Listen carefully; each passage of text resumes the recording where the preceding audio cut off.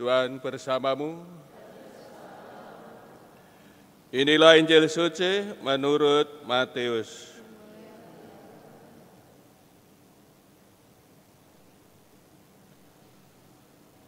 Pada suatu hari Yesus memanggil ke-12 murid-Nya dan memberi mereka kuasa untuk mengusir roh-roh jahat dan menyebabkan segala penyakit serta segala kelemahan. Inilah nama ke-12 rasul itu. Pertama Simon, yang disebut Petrus, dan Andreas saudaranya, Yakobus anak Zebedius dan Yohanes saudaranya, Filipus dan Bartolomeus, Thomas dan Matius pemungut cukai, Yakobus anak Alpeus dan Tadius, Simon orang Selot, dan Yudas Iskariot yang mengkhianati Yesus. Ke-12 murid itu diutus oleh Yesus dan ia berpesan kepada mereka, "Janganlah kalian menyimpang ke jalan bangsa lain atau masuk ke dalam kota Samaria, melainkan pergilah kepada domba-domba yang hilang dari umat Israel. Pergilah dan wartakanlah, kerajaan surga sudah dekat." Demikianlah sabda Tuhan.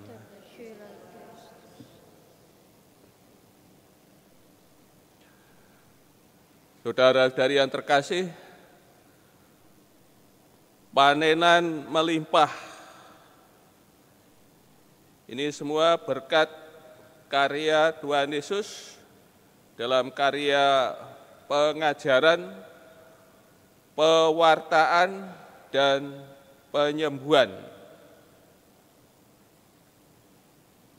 Berkat karya Tuhan Yesus ini, banyak orang mengikuti Dia, menjadi murid-Nya, percaya kepada Tuhan Yesus. Kemudian di antara orang banyak yang percaya kepadanya, Tuhan Yesus memilih 12 orang yang disebut rasul. Dan mereka disebut tidak sendiri-sendiri, namun disebut secara berpasangan. Simon yang disebut Petrus dan Andreas, ini kan berpasangan ya. Yakobus anak Zebedius dan Yohanes saudaranya, Filipus dan Bartolomeus, Thomas dan Matius pemungut cukai, Yakobus anak Alpeus dan Tadius, Simon orang Selot dan Yudas Iskariot yang mengkhianati Yesus. Mereka disebut berpasangan. Di sini mau ditekankan soal kebersamaan di antara mereka. Dengan disebut berpasangan, mereka akan menjadi saksi kabar gembira yang handal, yang dapat dipercaya,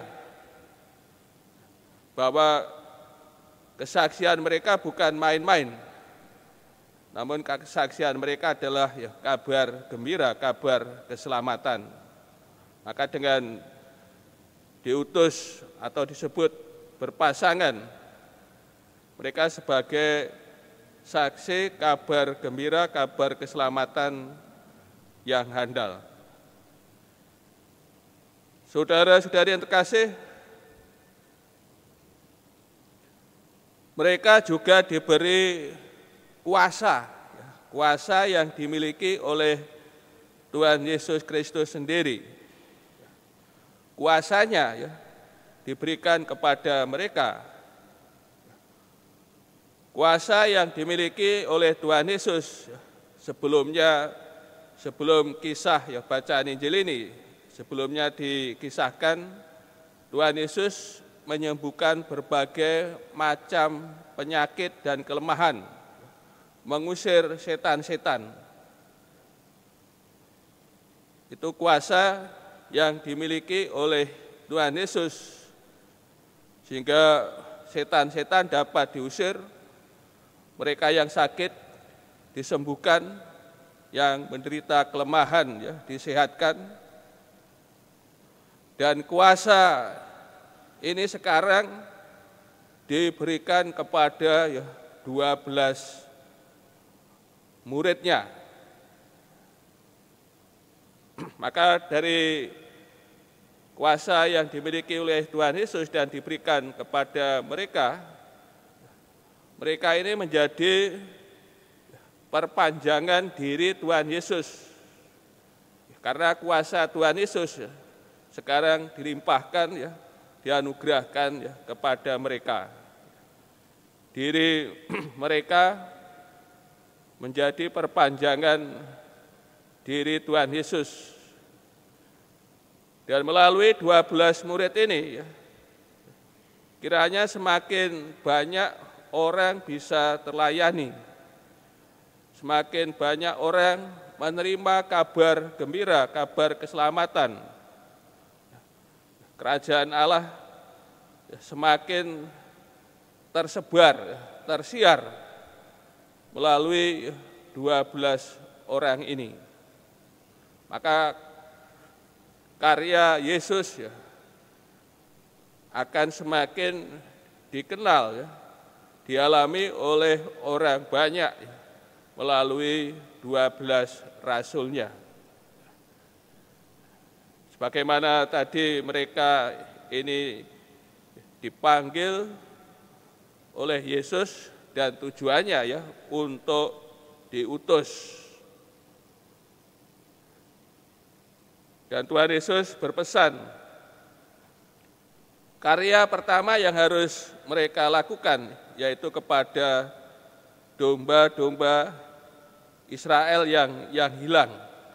Ini karya perutusan bagi 12 rasul, perutusan yang harus menjadi fokus mereka kepada domba-domba yang hilang dari umat Israel.